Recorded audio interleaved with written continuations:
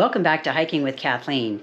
So today we thought we'd try something a little different. We are trying a setting here where we've got ambiance because Shannon and I have gone on an overnighter to Pinery Provincial Park, and we are staying in their cabin. They now have 3. At the time I booked this back in January, there was only 1 cabin. That's the one that we're in, and we are surrounded by yurts. So you're going to have a chance to see some adventures that take place over the next couple of days at Pinery Provincial Park, and we're looking forward to having you along.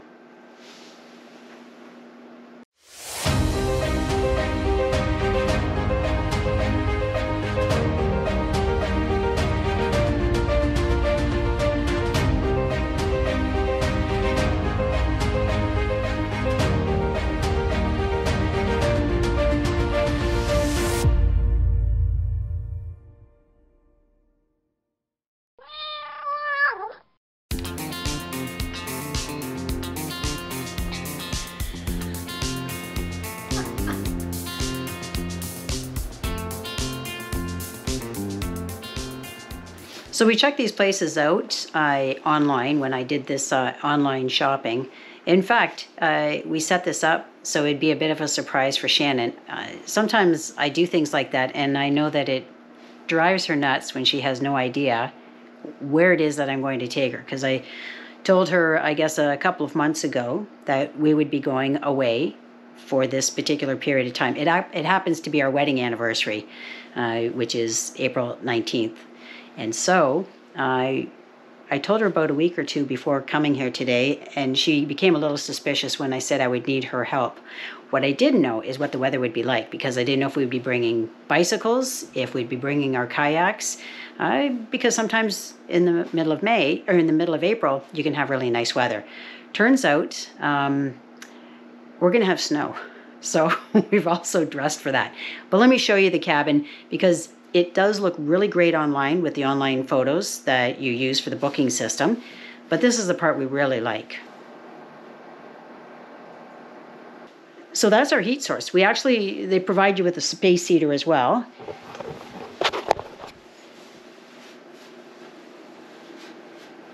And you can see there's a fridge and a microwave. We always tend to bring our own water. We just filled up this 5-gallon container at home. But we got into that practice because there was one time in our first year camping with the trailer about 2 summers ago where we went to a park and there was a problem with the water. So they said, oh, it'd be fine if you boil it. Well, we just wanted to be sure every single time that we had safe drinking water. So we brought this from home. And we also brought our electric cooler because we weren't really sure of the size of the fridge, since that does not appear on their website. But just to let you know, it's a good size fridge. It does have a little freezer compartment. So for most people, it probably would suit most people's needs. We just don't really have to worry about transferring our food from our electric cooler into the fridge because we have power. Now, I'll show you the bedding area, and then I'm going to show you what I brought as a backup, just in case I knew that there would be uncertain weather. So just as though we were camping in our trailer, I brought up a backup solution, and I'll show you that in just a moment. So this sleeps 5. There's the large bed that sleeps 2. I guess it's a queen size.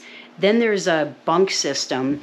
The upper one would house 1 person, and then the lower one would probably house 2 children or 2 very small adults.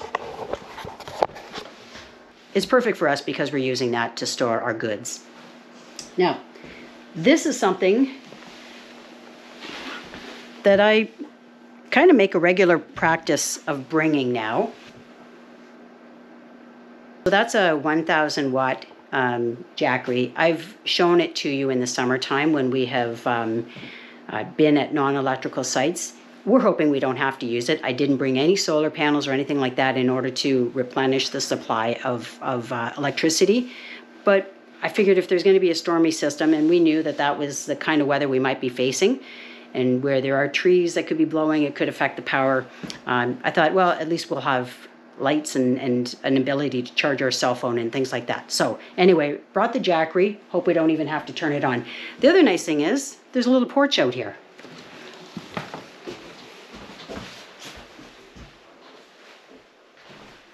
So there's a sunroom. Com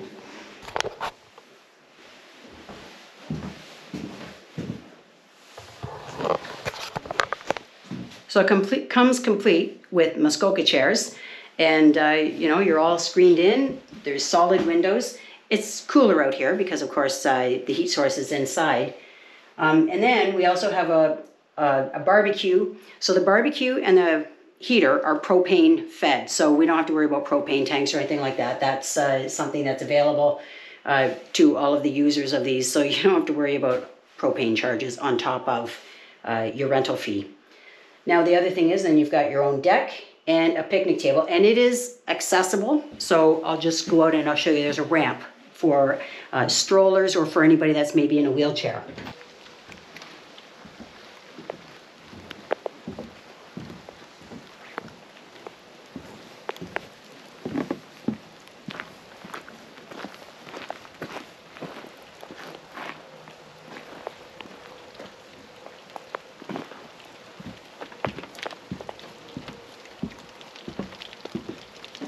We may as well talk about the elephant in the room. It's snowing. Okay, so this is April 18th, 2022, and it's snowing. So we didn't bring our bikes, we didn't bring our kayaks, but we did bring warm clothing. So that's sort of the lay of the land. This is the area where the adventures are going to start and end, and so we're excited to have you along, and I'll go on my hikes. I'll go on hikes over the next couple of days and bring you along. So we're going to take a little walk.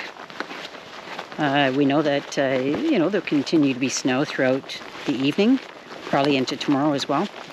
So anyway, you can see there's other hardy souls here. People who are occupying sites that are either with yurts or with their own RV vehicle.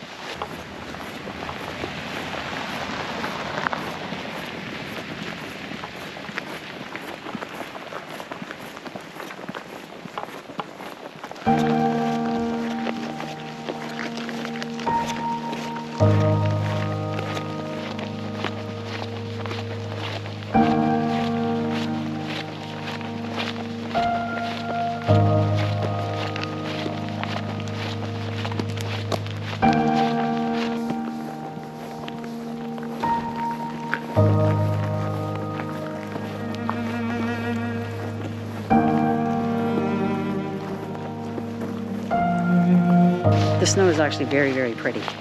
And it's not terribly cold. I don't know what it is. It's above 0 degrees Celsius.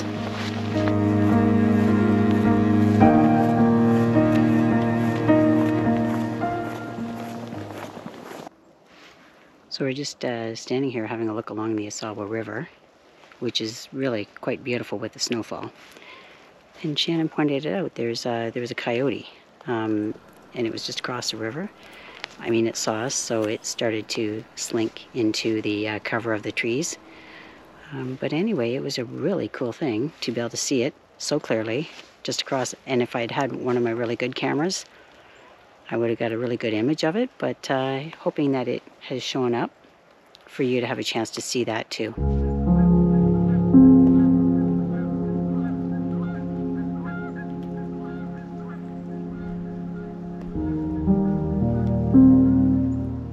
So we found this site. We went through the reservation system to see which one it was that we reserved for a week stay in the month of June. So this is the site in Riverside Campground. And this is what it looks like. And we're a little bit closer to the water. I see we're not right on the water, but we'll be able to see the water from our site.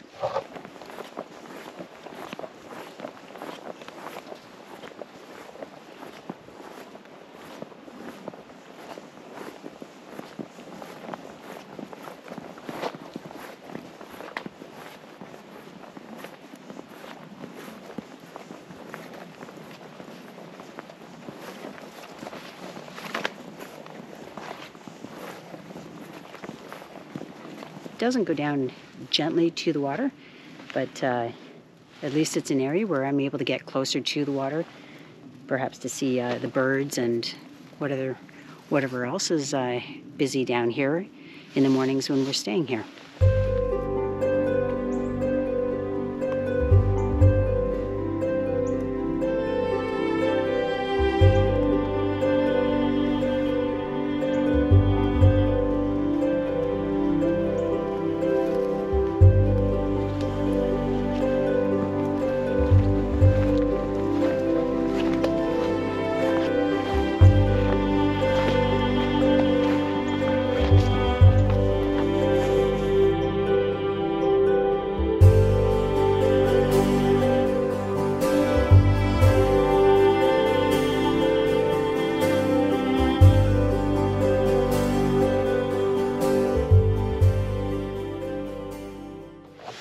Yeah, so we're just kind of sizing it up, and we realize that it's got a nice buffer zone from the road. And of course, no backyard neighbors because it's the river, the Assawa River. We have no neighbors to the right of us either. So it is private, except just across the street, but we park Big Red in front anyway, so. Yeah. So anyway, this looks like a really great setup for us when we're here in the month of June for about a week. Good. Be nice. Yeah. So it's quite a deep. The others were quite shallow, so I was surprised that when you put in your trailer length that, you know, it would have been one of those. We wouldn't have been able to get it in, so I'm happy with this. Yeah, I mean, they do give you pictures on the website, but sometimes they can be deceiving, and that's why it's nice when you come down here and actually have a look and see if you think it'll work well for the type of equipment you intend to use. And we have our cat tent, so we've got to make sure there's room for her too when Miley comes with us. Yeah. She's not with us on this trip because, for one, it advertises that with the cabins and with the yurts, no pets are allowed. That's only 2 days that she's got to be on her own, like really one full day and parts of, you know, Monday and Wednesday. She sleeps anyway. We'll get a lot of loving when we go home, I'll tell you. Okay, this is one of the most awesome setups so far. It's a travel trailer with a U-Haul truck towing it and has a wood stove.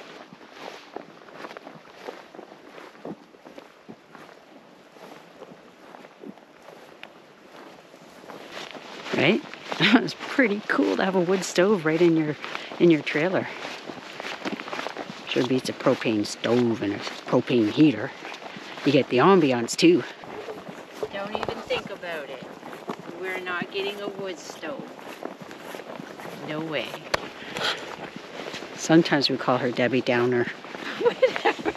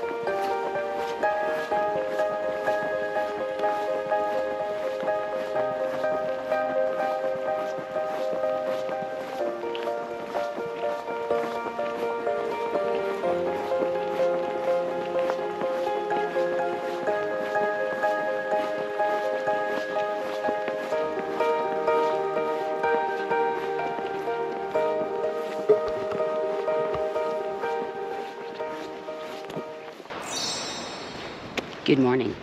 So this is day 2 at Pinery, and we ended up just staying in after we went for a walk.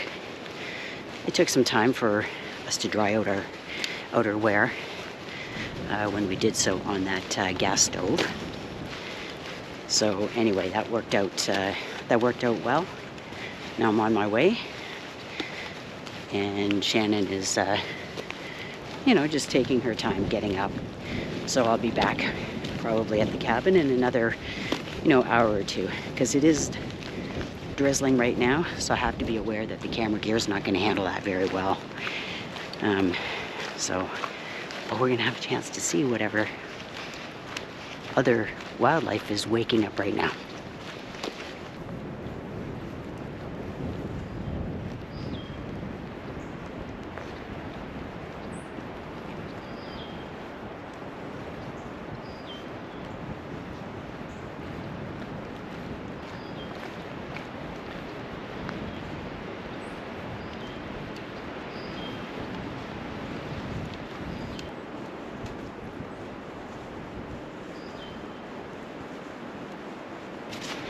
When we get on with our day, Shannon and I are going to do some roaming around to check out other areas. She's not as familiar with Pinery. I might have mentioned this in a previous video, but I used to work here. I worked here for 10 years.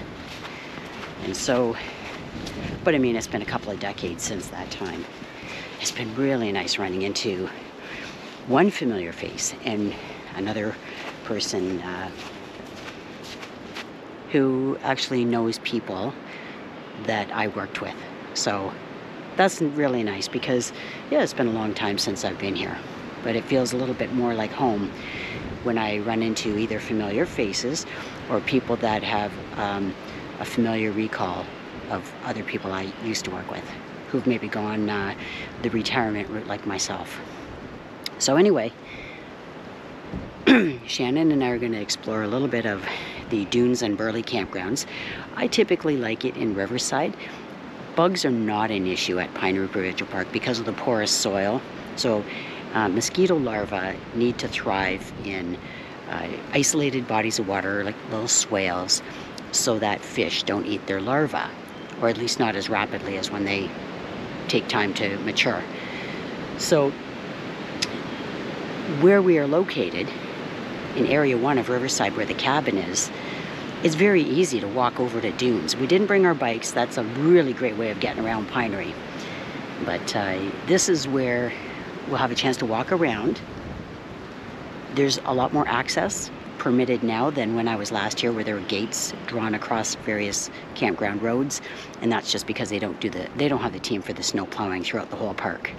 But I expect we'll be able to do a lot more exploring if we choose to by vehicle, but also by foot. If you know your way around the park, you can get to various locations in short order by not using a vehicle and just taking the trails, or whether by foot or by bike. So anyway, that's what she and I will do a little bit later, so she'll have a better idea of where she might like to reserve in the future.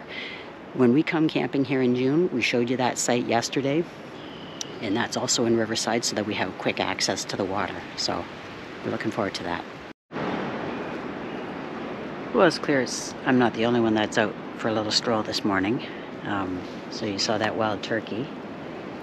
It's still up the road.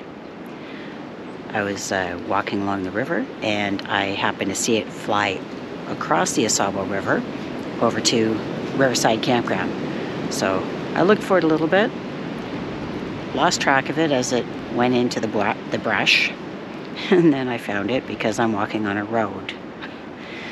It's very likely it's just gathering up some gravel, which is what some bird species need in order to help them to digest plant material like grains and things like that they eat. So anyway, it's just strolling up the road right now and has disappeared into the woodlot behind it. That was fun. As much as it may feel annoying to have snow in the third week of April, the nice thing here is it actually shows me what has passed before me. And so one of the reasons I came to this area of Riverside, where there are no campers right now. This area hasn't opened up for business. There's gates across the road. Because I wanted to see what kind of wildlife is living comfortably in this area. So one would be that wild turkey, but here's tracks that are left in snow.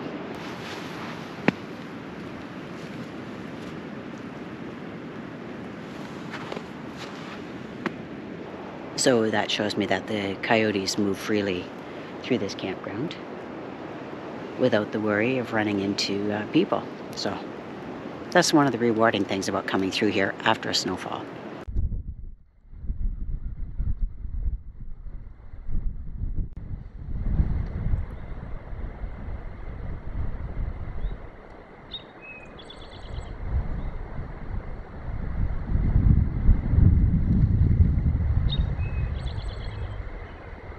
Well, Shannon and I are on a road trip right now around the Pinery. We're not going outside the park, but we're going to have a look at some other locations within the Pinery. And so that's one of the two new ones. I guess those are two new cabins that they've built.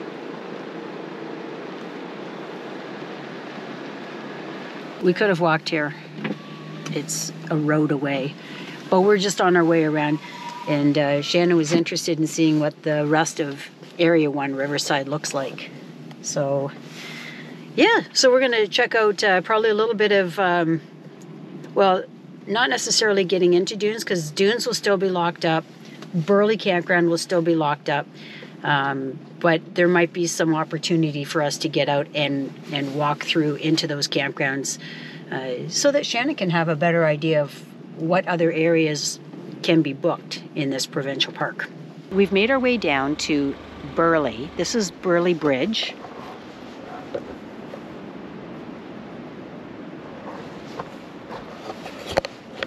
Which is the southernmost bridge in Pinery Provincial Park. There's the North Bridge that's up by the Hickory Trail. Then there's the Store Bridge, which is the middle of the park. And then there's the South Bridge. And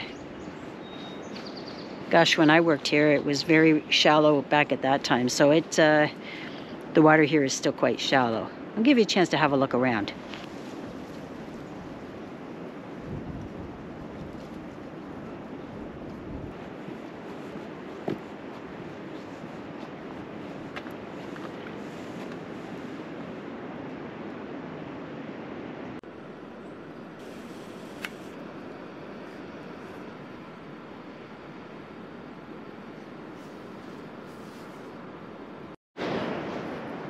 What I'm really happy to see is that on either side of this bridge area where there's no real natural barrier, the park staff has created a natural barrier to prevent herptiles, so reptiles and amphibians, from crossing the road and getting struck by a car. So I'll show you what that looks like. I think this is a great idea. This is a wonderful improvement. And when I worked here, I did a couple of stints where for the first few years I was here, I worked as a naturalist, and then the last 7 years that I worked here, I was working as a park warden. So as a naturalist, I loved focusing on reptiles and amphibians. So this is their herptile barrier to prevent animals from getting hit by a car.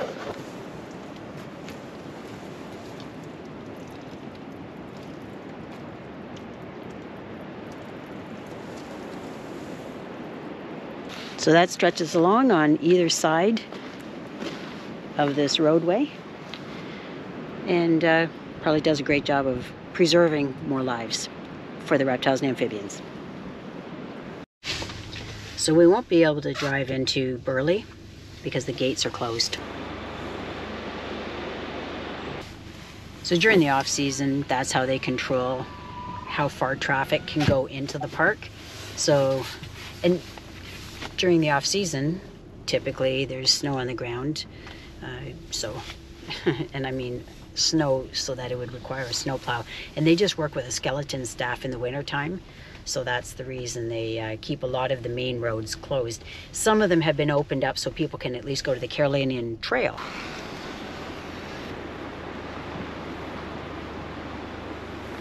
that trail is really worthwhile.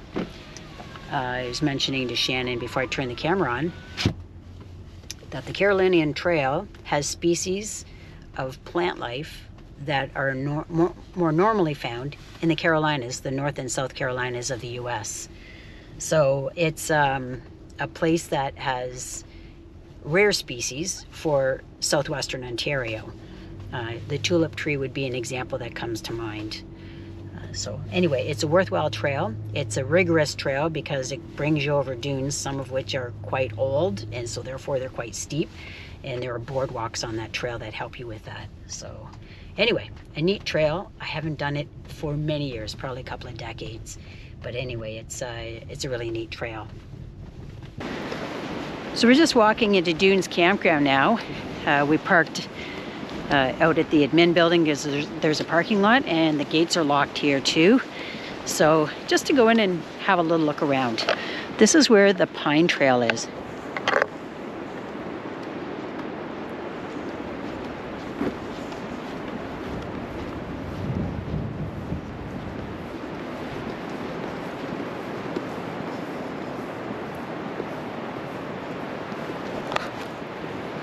If you're ever interested in going on just a short, boring trail, that's a good one to take.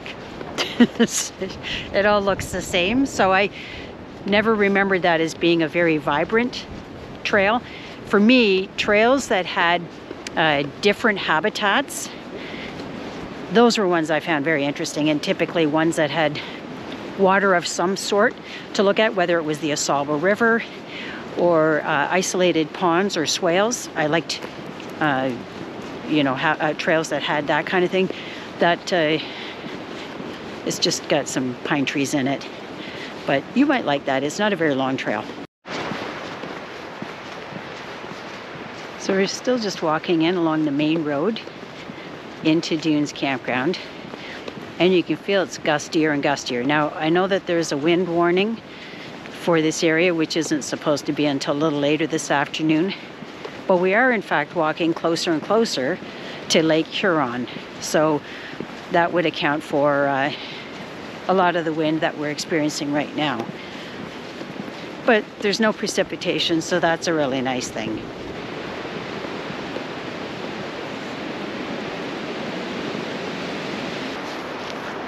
So we're walking en route to Area 4 Dunes, just to see what this looks like. And what we do like about this area of dunes is that it's not far from the visitor center, and it's not far, therefore, from the store. So we'll show you what this looks like.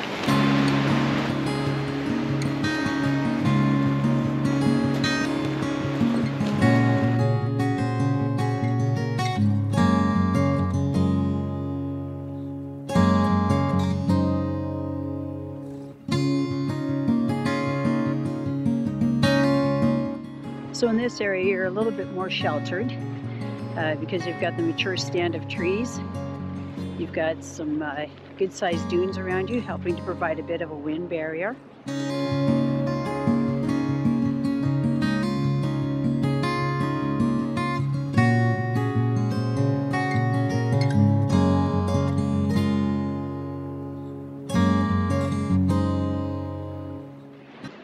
It's really interesting being in the campground when there are no other campers around. I actually quite like it this way, where it's nice and quiet. And I'm sure the animals really like it this way too, and they get probably caught off guard at the start of each camping season. And probably just prior to that, where the maintenance crew comes in and makes sure everything is in good working order to prepare it for the camping season. For Burley and Dunes, I think their season doesn't actually begin until close to the May 24th weekend. So just looking at signs of animals that are enjoying the freedom of being here with no campers.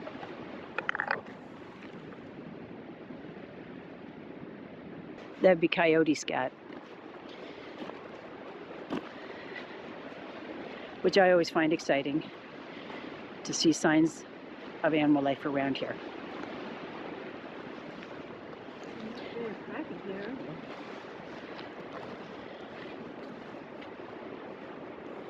So we're kind of looking to see if there might be some future prospective sites for us. Shannon's got,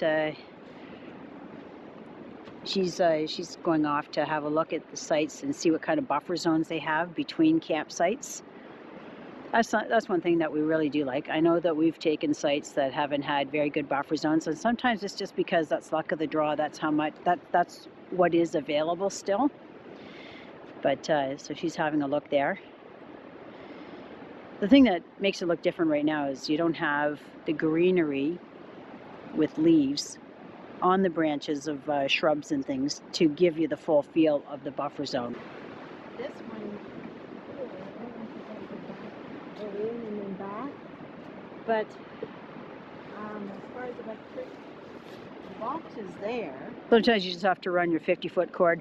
We've had to do a lot of learning these last couple of years. We actually carry 100-foot extension so that we can reach electrical boxes that are not conveniently located for the campsite. Sometimes that beats having to reposition the trailer in a way that means that you're closer to the fire pit or closer to the neighbor's site. So you want to make sure you always have a long length of electrical cord. Okay, so we're still up here in Area 4. So this is a very old kill zone.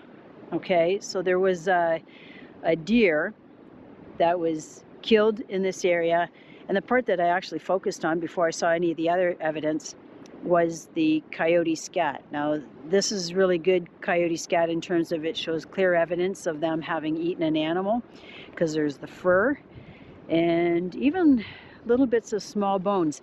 But I'm going to show you the deer fur, and you're also going to have a chance to see jaw bones. So it's the lower jaw, and you'll see there's two halves of it, and that's the kind of footage I'm going to show you next.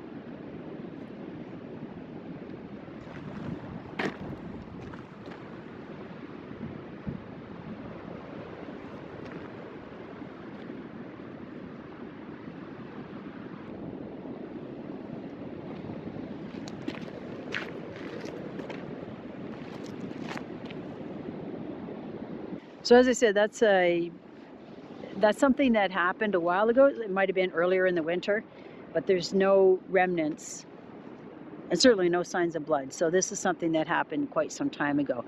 I'm going to use the other camera, and I'm going to show you kind of how spread out things were in terms of where the fur is and where the jaw bones are.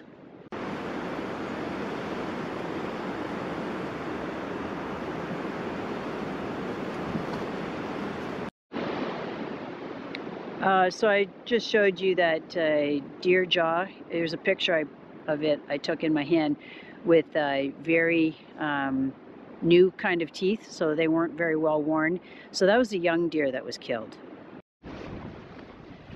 So we just came up through the bicycle trail that leads from Dunes to the visitor center, and we're circling back to get the vehicle by walking along the park road. So we're heading in the direction of where the canoe launch is.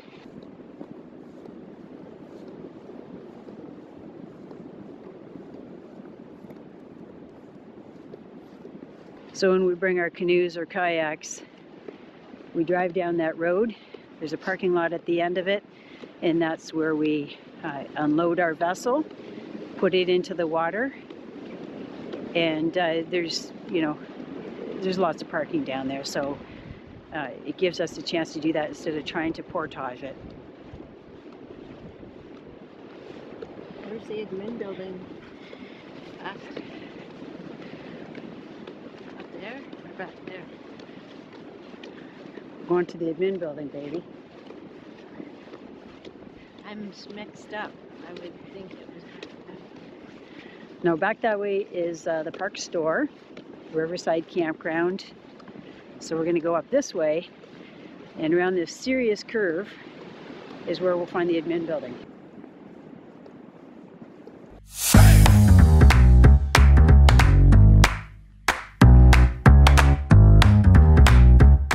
Not right around the curve, but around the curves is where the admin building is.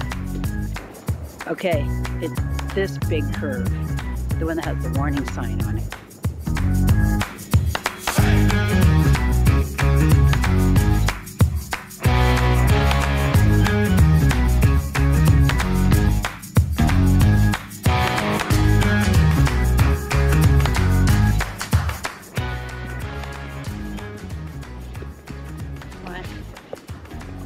What's your reaction when you get to see your truck? Yay! I see it. That's all I get. It's the reaction for seeing her truck.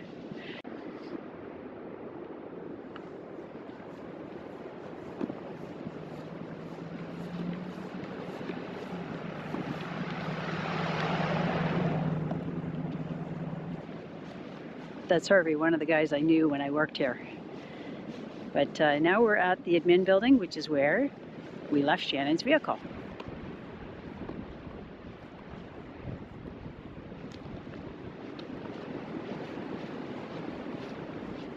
It can be pretty confusing walking through this park because we went into Dunes Campground, we went up to Area 4,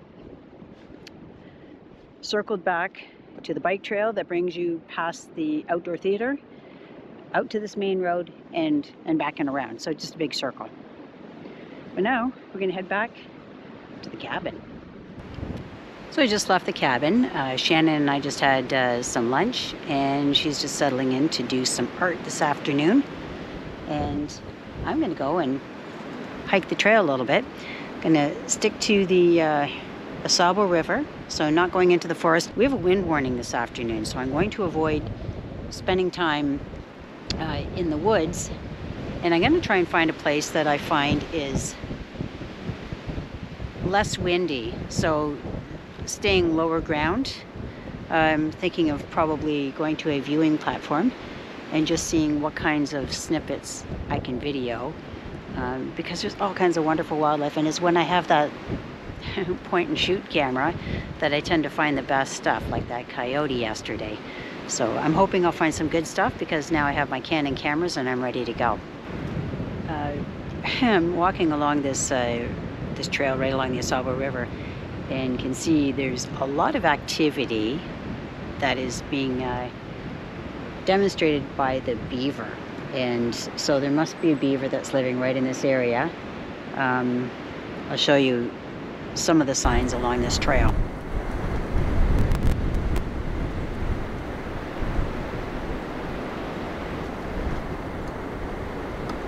The way that you recognize a beaver chewed limb over somebody who's taken an axe to it or cut it down is typically it comes to a point.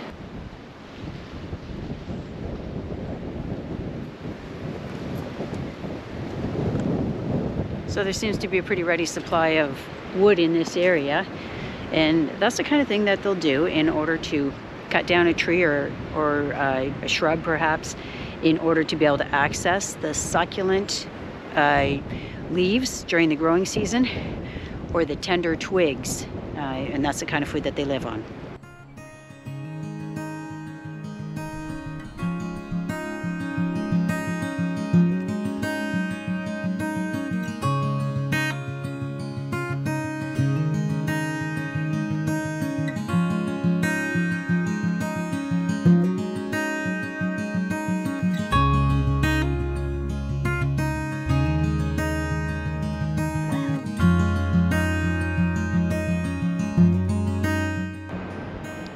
This is the viewing platform near the store, so therefore the store bridge.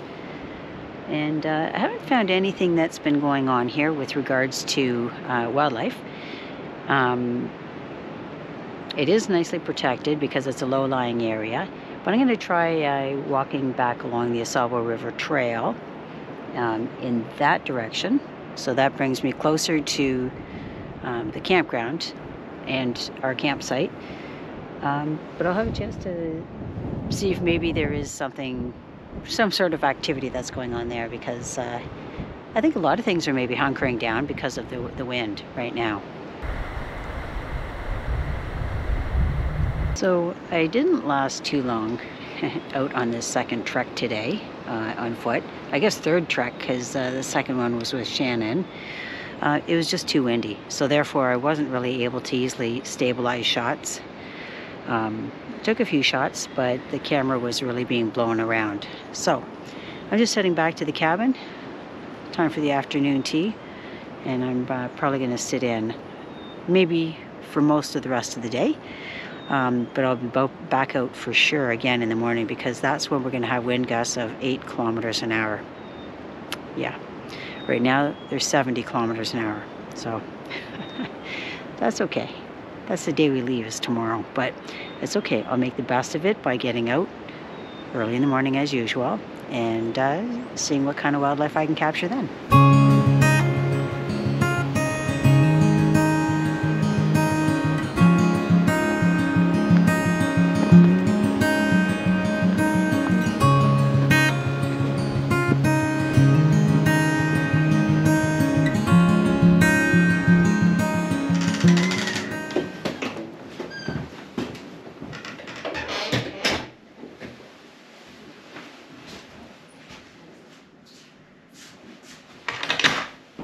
Back early.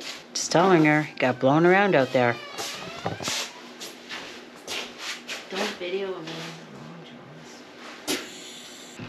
Apparently Shannon is wearing cottage wear. Don't even do it. Turn it off. Well, we missed out on part of the day because we were playing games, and I came back in after after it was rather windy because I couldn't really video. But we were playing games this afternoon, and now it's dinner time. We're gonna head outside, and they've got a barbecue set up here for us. So this is our setup. What we are eating is leftover Easter dinner. And so we had a wonderful turkey dinner and the fixings, and whatever was left over from that is what we're going to have now. So we have them in tin pans, and that's so that we could just put them on the barbecue and warm them up this way.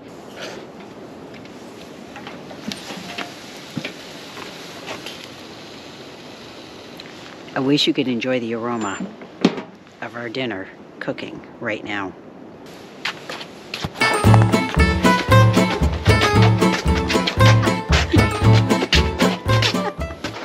Folks, I wish you could see this live. Anyway, we're glad to have you out here with us.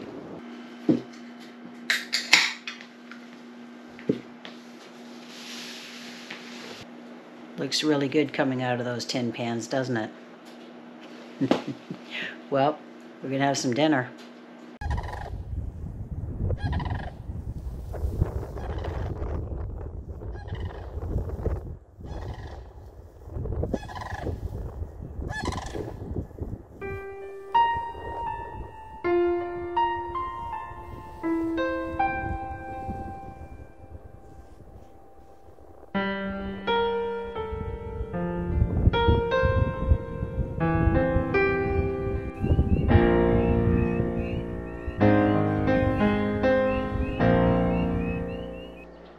Good morning.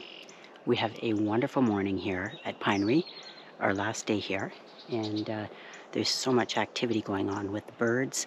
I've seen lots of squirrel activity, and so I saw a bird just sort of fly away from this spot where I'm standing with something in its feet, and it looked like a very small bird of prey.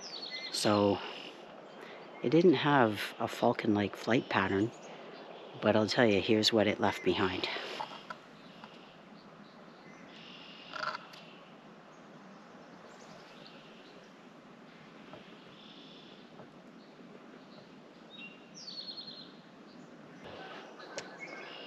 So that was a bird that was just caught. You could see that it's the perching bird's leg was left behind. It was just being consumed by the bird of prey. So yeah, it must have been a little falcon that eats birds. And there's a little path. There's feathers along the pathway here. So anyway, I disturbed it. I wasn't able to, you know, get my camera ready in order to see what kind of a bird it was. Something that had a white rump. Other than that, I didn't get any identifying details because it was flying away from me.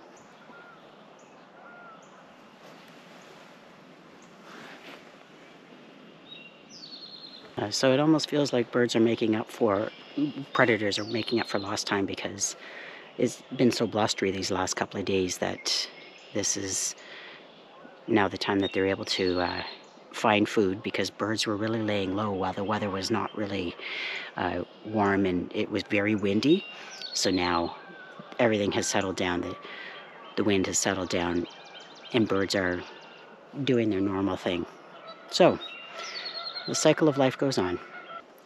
I'm on sensory overload. It's amazing out here. And of course the chickadees keep coming in thinking I've got some food for them. I mean, one was even landing on my tripod leg.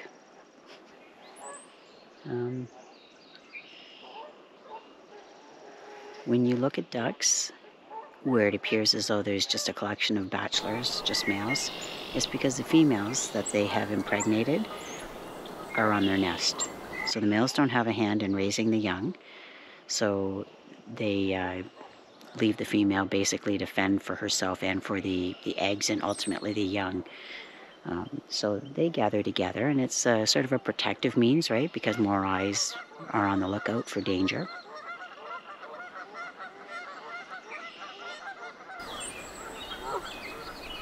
All kinds of interesting birds around here.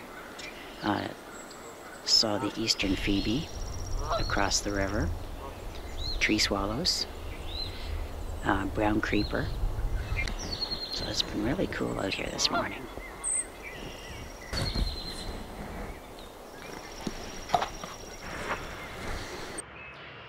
Thanks a lot for joining me on Hiking with Kathleen. I hope you enjoyed the Pinery. It's a warm and fuzzy type of place for me because of the fact that I had worked here for 10 years.